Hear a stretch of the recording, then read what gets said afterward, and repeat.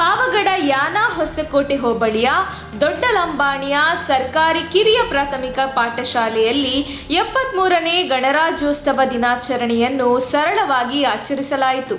ಶಾಲೆಯ ಮುಖ್ಯ ಶಿಕ್ಷಕ ಆಂಜನೇಯಲು ಧ್ವಜಾರೋಹಣ ನೆರವೇರಿಸಿ ಬಳಿಕ ಮಾತನಾಡಿ, ಭಾರತದಲ್ಲಿ ಪ್ರತಿ ವರ್ಷ ಜನವರಿ 26ರಂದು ಗಣರಾಜ್ಯ ದಿನವೆಂದು ಸಂಭ್ರಮದಿಂದ ಆಚರಿಸಲಾಗುತ್ತದೆ.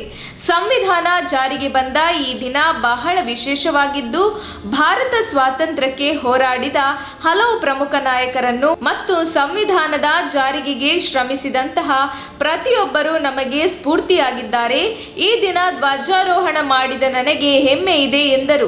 ಈ ಕಾರ್ಯಕ್ರಮದಲ್ಲಿ ಶಾಲೆಯ ಮುಖ್ಯ ಶಿಕ್ಷಕರಾದ ಆಂಜನೇಯಲು, ಎಸ್ಡಿಎಂಸಿ ಅಧ್ಯಕ್ಷ ಸೀನಾ ನಾಯ್ಕ, ಅಂಗನವಾಡಿ ಶಿಕ್ಷಕಿ ಶಾನಮ್ಮ, ಊರಿನ ಗ್ರಾಮಸ್ಥರಾದ ಹನುಮಂತ ನಾಯ್ಕ, ಲಾಲಾ ನಾಯ್ಕ, ಹಳೆಯ ವಿದ್ಯಾರ್ಥಿಗಳಾದ ಹರೀಶ್ ನಾಯ್ಕ, ನಾರಾಯಣ ನಾಯ್ಕ, ಚೇತನ್, ನಂದೀಶ್ ನಾಯ್ಕ, ಶ್ರೀಕಾಂತ್ ನಾಯ್ಕ ಹಾಜರಿದ್ದರು.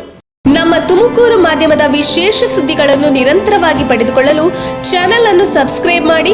ಕ್ಷಣ ಕ್ಷಣದ ಸುದ್ದಿಗಳಿಗಾಗಿ www.nammathumakuru.com ಗೆ ಭೇಟಿ ನೀಡಿ.